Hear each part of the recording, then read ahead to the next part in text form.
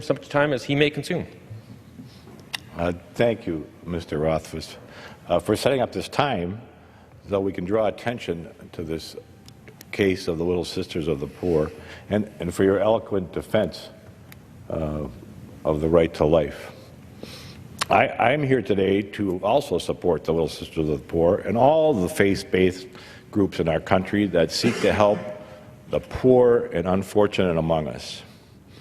Northern Michigan, where I come from, is home to many of these organizations, and I'm very familiar with the good works that these groups do in our communities. We need to be doing more to encourage this type of service and make faith-based organizations even more important in our country, not put undue problems in their way and make them do things that they don't believe in. The undue burden that is being imposed on many of these organizations by the federal government is completely wrong. Thanks to the President's health care law, faith-based organizations are being forced to participate in a convoluted system that leads to abortion, a practice that's contrary to theirs and mine deeply held beliefs. I stand with the Little Sisters of the Poor and many of my constituents in Northern Michigan in the belief that life inside the womb is just as precious as life outside the womb. Both unborn and born children have a right to life, and we have a duty to defend this right. This is a civil right. This is what our country was founded upon. For life is the first of the freedoms that enumerated. Americans,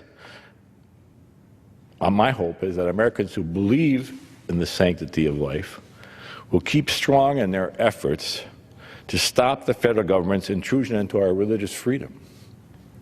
I myself am frankly amazed that we live in a country that was founded on the right to life and liberty.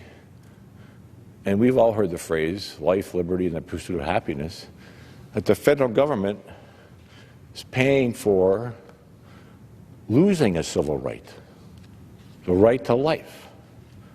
And I don't know what it is exactly. I mean, how this country that's founded on principles like that can have gotten to this state is one of the reasons I'm standing here. And I never was involved with politics in my life until this administration came upon the scene and started destroying the fabric of our republic.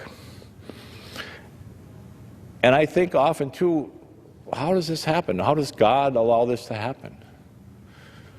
This time of our lives in our country is truly a test of our faith. And really, Mr. Speaker, I'm here to be sure that all Americans continue to fight and not lose the hope that our country will solve this problem and get out of the business of paying for abortions. And the tragedy of abortion over the many years has been legal in this country. I call upon those Americans to continue to work hard, to keep strong in their efforts to bring an end to this tragedy that's going on in America and the overreaching federal government that's allowing it to happen. And I again commend Mr. Rothfuss for doing this and really call out to all Americans to not lose hope that we're going to put a stop to this and to continue to fight for the lives of the unborn and unfortunate. And I again applaud those faith-based organizations that continue to fight and go to court over this. And that we need to continue to do this. So with that, I'll yield back my